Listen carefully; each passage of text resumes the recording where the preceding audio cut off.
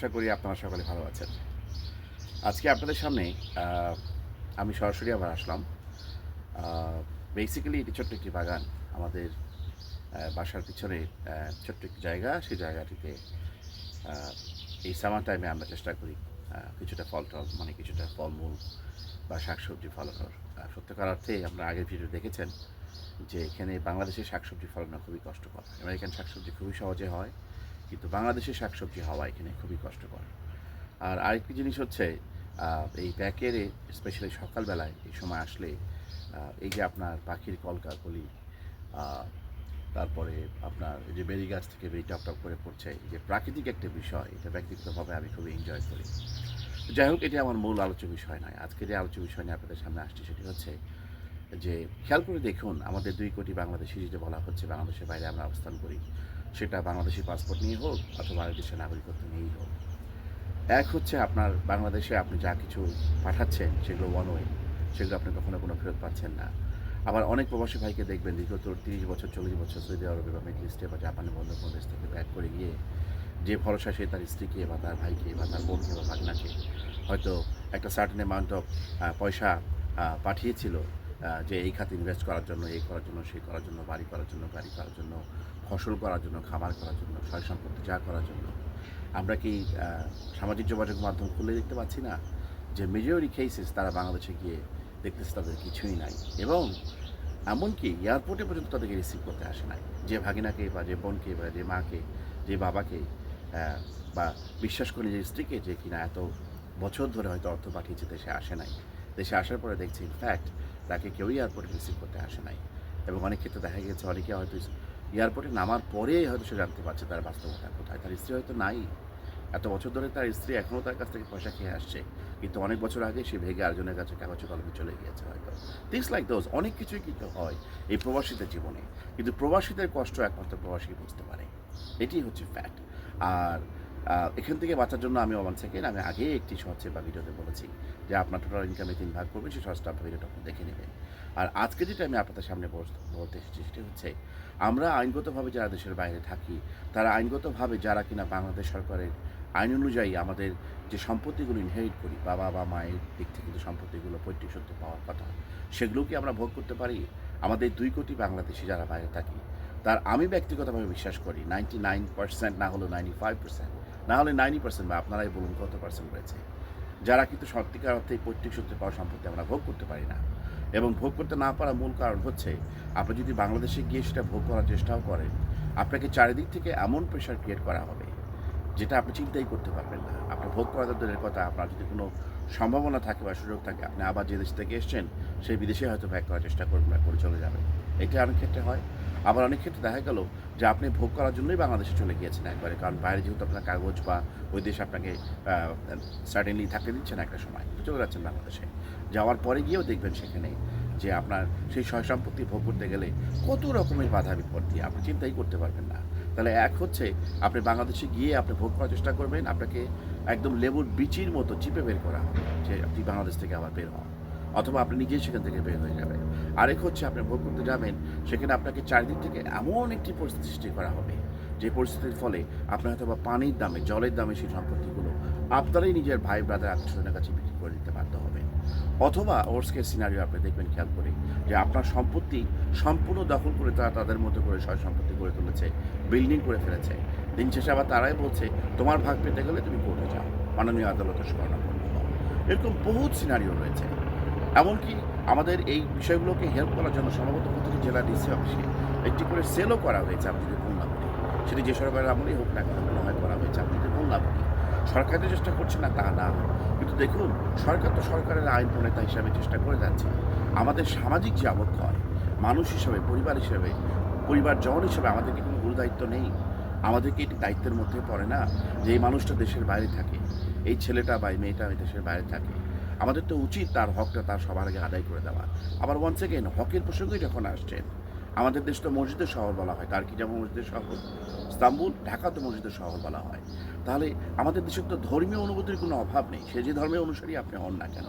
তাহলে যখন আপনি আপনার সেই পরিজন, আপন বড় ভাই, আপন বড় মেজো ভাই বা আপন আপন ছোট ভাইয়ের সম্পূর্ণ হকটা মেরে খাচ্ছেন, অথবা ছলে বলে কৌশলে সে যেন ভোগ করতে না পারে সেই ব্যবস্থাই আপনি করে রাখছেন, তখন আপনার সেই সেই সেই ধর্মীয় অনুশাসন কোথায় যাচ্ছে, ধর্মীয় জ্ঞান কোথায় যাচ্ছে? আপনারা ১ বছর আগে হজ করে এসছেন, অনেক সময় তো আপনি হজে গিয়েও হয়তো বা দেখা গেল যে কাবা শরীফে বসে আপনার সেই ভাইয়ের সঙ্গে সেই বোনের সঙ্গে ওয়াদা করছেন যে তার কোনো অনিষ্ট আপনি করবেন না। তারপরে দেখা গেলো বাংলাদেশে গিয়ে ৬ মাসের ভিতরে আপনি পরপর ৬টি অনিষ্ট করে বসে আছেন। তাহলে সেই ধর্মীয় বিশ্বাসটাই আপনার কোথায় গেল? বিধাতা তো একজন রয়েছে, উনি তো সবই দেখেন। তাহলে আমরা যারা বাইরে থাকি, আমরা তো সারা জীবন দিয়েই গেলাম।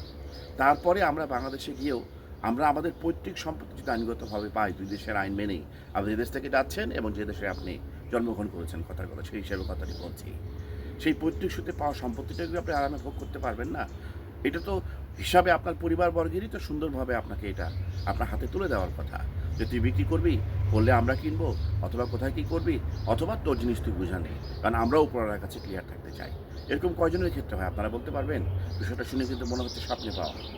এরকম কি কখনো হয়েছে কারোর জন্য? দয়া করে আমি হাত জোড়হাত করছি, যদি হয়ে থাকে আপনারা অবশ্যই আমার কমেন্টে জানাবেন। আসুন, আমাদের ইউএস বাংলা টিভি এটি একটি ফ্যামিলি চ্যানেল বলা হচ্ছে। আপনারা আপনাদের কমেন্টগুলোকে ঝেড়ে কাশুন, কমেন্ট বক্সে ঝেড়ে কাশুন, আপনি কাশুন, আপনি কাশুন, আপনি কাশুন, তবেই তো চ্যানেলটি একসময় গ্রো করবে। আমি একটা ফোকাস নিয়ে চ্যানেল নিয়ে আগাচ্ছি, সেটা হচ্ছে আমরা যারা মার্কিন যুক্তরাষ্ট্রে বসবাস করি, ইউরোপে বসবাস করি, বাংলাদেশের বাইরে বসবাস করছি, বাংলাদেশি ভাই বোনেরা রয়েছি, সকলে মিলে আমাদের তো একটা ওয়ার্ড বা একটা স্টেটমেন্ট বা সেই থাকবে, সেগুলো আপনারা এখানে এসে ছেড়ে কাশুন আশা করি। ফলশ্রুতিতে আপনারা দেখা গেলো যে আমি ইমেল অ্যাড্রেসে দিয়ে দেওয়ার চেষ্টা করবো, সামনে একটা নতুন ইমেল খোলার চেষ্টা করছি আমরা, ডোন্ট সেই ইমেলে আপনারা ইমেল করতে পারবেন। আপনি যদি নাম প্রকাশে অনিচ্ছুক হন, আপনার নামও সেই কেস স্টাডির ক্ষেত্রে প্রকাশ করা হবে না, কোনো সমস্যা নেই।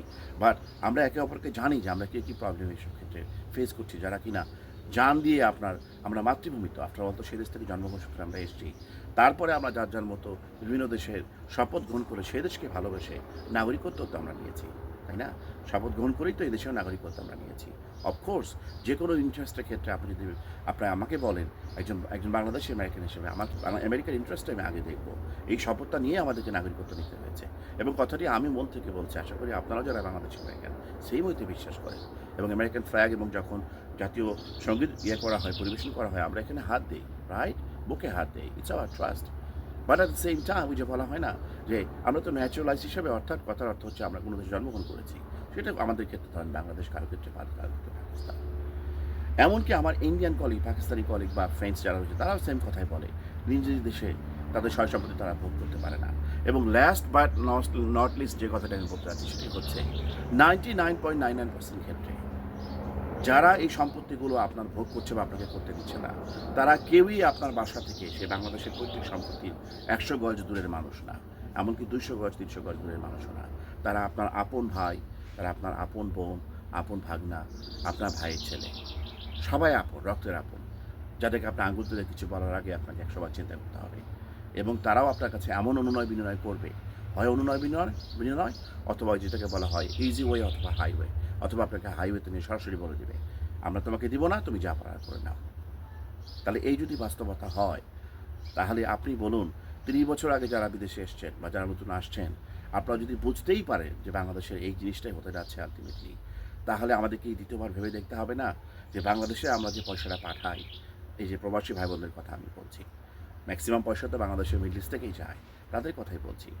তারা তারপরেও দিবে, অবশ্যই তার বাবা আছে, মা আছে, স্ত্রী আছে, দিতে হবে। তারপরেও দিন শেষে তাদের জন্য কি থাকছে ২০ বা ৩০ বছর পরে, অথবা তারা বাংলাদেশে গেলে অ্যাজ এ হোল সবাই নন রেসিডেন্ট বাংলাদেশিরা বাংলাদেশে গেলে পৈতৃক সম্পত্তি ভোগের ক্ষেত্রে তখন আপনার এই এই ধর্মীয় অনুশাসন কোথায় থাকছে? রাষ্ট্রীয় আইন কাঠামো যত স্ট্রংই হোক না কেন, কেন বাইরে থেকে যাওয়া মানুষগুলো আমাদেরকে সাফার করতে হচ্ছে? কেন গেটের সামনে দাঁড়িয়ে থাকতে হচ্ছে আইনের অপেক্ষায়? আইন এসে আমাকে এখন সুরক্ষা দেবে, তাই না? আরেকটি পয়েন্ট আপনাদের সামনে আনতে চাই, এটা অনেকে বিশ্বাস করেন, অনেকে বিশ্বাস করেন না। আপনি যেন দেশে গিয়ে সম্পত্তি ভোগ করতে না পারেন, এই জন্য আপনার আত্মীয়-স্বজন, বন্ধু-বান্ধব ওয়ান্স এগেইন অনেকে বিশ্বাসও হয়তো করবে না, একদম নিজের ঘরের বাবা মা ভাই বোন অনেক সময় দেখা গিয়েছে শাশুড়ি তার ছেলের বউয়ের উপরে, তারপরে আপনার ননদ তার ভাবির উপরে, ভাবি তার ননদের উপরে, এক্ষেত্রে আমি কোনো পক্ষ বিপক্ষ নিচ্ছি না, সকল তাবিজ করছেন, কুফরি করছেন, কালামি করছেন, ব্ল্যাক ম্যাজিক করছেন। এটা কেই বিশ্বাস করেন কে করেন না আমি সেটুকু দরকার আপনাদের সঙ্গে যাব না। তো যদি সেটি করেই থাকেন, আপনারা না একটি বিশেষ ধর্মকে বিশ্বাস করেন, আপনারা তো কবরে যাবেন সেটাও বিশ্বাস করেন, আপনারা তো তাহলে এটাও মানতে হবে যে যে কুফরিকে উপরওয়ালা সহ্য করবেন, উনি সেটাকে শিরক বলেছেন সেই ধর্মে। তাহলে তাই যদি হয়, কথার কথা, সকল ধর্মের উপরে সবচেয়ে বড় কথা হচ্ছে মানব ধর্ম। আর মানব ধর্ম সৃষ্টি করেছেন কে? বিধাতা একজন সৃষ্টিকর্তা। আমরা কেউ গড বলি, কেউ আল্লাহ বলি, কেউ ভগবান বলি, রাইট? তো তাই যদি হয়, প্রত্যেক ধর্মেই না এই বিষয়গুলোকে নিষেধ করা হয়েছে, কম আর বেশি। তাহলে এই যে জিনিসগুলো আপনারা করছেন, আপনাদের জবাব আপনারা মাটি নিচে গেলে অথবা চিতায় পুরার পরে আলটিমেটলি এই জবাবগুলো বিধাতার কাছে কী দিবেন? এই প্রশ্নটা কি আপনারা একবার করেছেন নিজেকে? যারা যারা তাদের আপন ভাই বোন বা একদম নিজের নিকট আত্মীয় কাউকে, অর্থাৎ আপন ভাই বা বোনের কথা যদি বলি, এভাবে হার্ড টাইম দিচ্ছেন, কষ্ট দিচ্ছেন, স্ট্রাগল দিচ্ছেন, পেইন দিচ্ছেন, যাতে করে সে বাংলাদেশে না আসতে পারে, অথবা তার পরিবার নিয়ে বাংলাদেশে এসে বেড়াতে আসতেও সুখ শান্তি না পেতে পারে, অথবা বাংলাদেশে এসে যেন সম্পত্তিগুলো ভোগ করতে না পারে। এই জিনিসগুলো তো আপনাদের জীবনেও ব্যাক আসবে। ইংরেজিতে একটা কথা রয়েছে ভাই, সেটি হচ্ছে যে what goes round comes round. আপনি যা করবেন সেটা আপনার জীবনে ব্যাক আসে। এবং আপনারা না অনেকেই বিশ্বাস করে যে দুনিয়ার ধার দুনিয়াতেই শোধ হয়। তাহলে আপনি যদি বাবা হয়ে থাকেন, আপনি যদি মা হয়ে থাকেন, এই জিনিসগুলো কোনো না কোনোভাবে আপনার উপরে, আপনার সন্তানের উপরেও তো আসতে পারে বা আসবে বলে আপনি কি একবার চিন্তা করে দেখেছেন? আর যদি তাই হয়, আর বিধাতার নির্দেশে সেটা যদি পাওয়ার বেড়ে গিয়ে 1000 গুণ হয়ে যায়, আপনার পৃথিবীতে কী অস্তিত্ব থাকবে আপনি বুঝতে পেরেছেন? মানে আপনার জীবনটা কত সুন্দর হবে না দুর্বিষহ হবে সেটা কোনো ভেবে দেখেছেন? কাজেই এখনও সময় আছে। আমরা যারা বাইরে থাকা মানুষগুলো বাংলাদেশে যাই, বেড়াতে যাই অথবা সম্পত্তি ভোগ করার জন্য যায় আইনগতভাবে, যেটাই হোক না কেন, আপনাদের একবার চিন্তা করে দেখা উচিত যে এই মানুষটি বিদেশ থেকে এসে, এই মানুষটি তার কষ্টার্জিত ঘামের শ্রম দিয়ে 1 মাসের বেতন দিয়ে হয়তো তার ছোটো বোনের একটা আইফোন কিনে দিয়েছে। সেই মানুষটিকে আপনারা কী আচরণ করেন বাড়িতে আসার পরে? সেই মানুষটির সম্পত্তি ভোগ করার ব্যাপারে তার সঙ্গে আপনারা কী সুরাহা করেন? কাজেই আশা করি আপনারা এই বিষয়গুলো একটু ভেবে দেখবেন।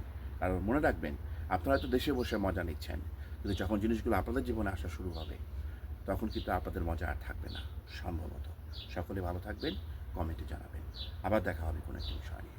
আসসালামু আলাইকুম।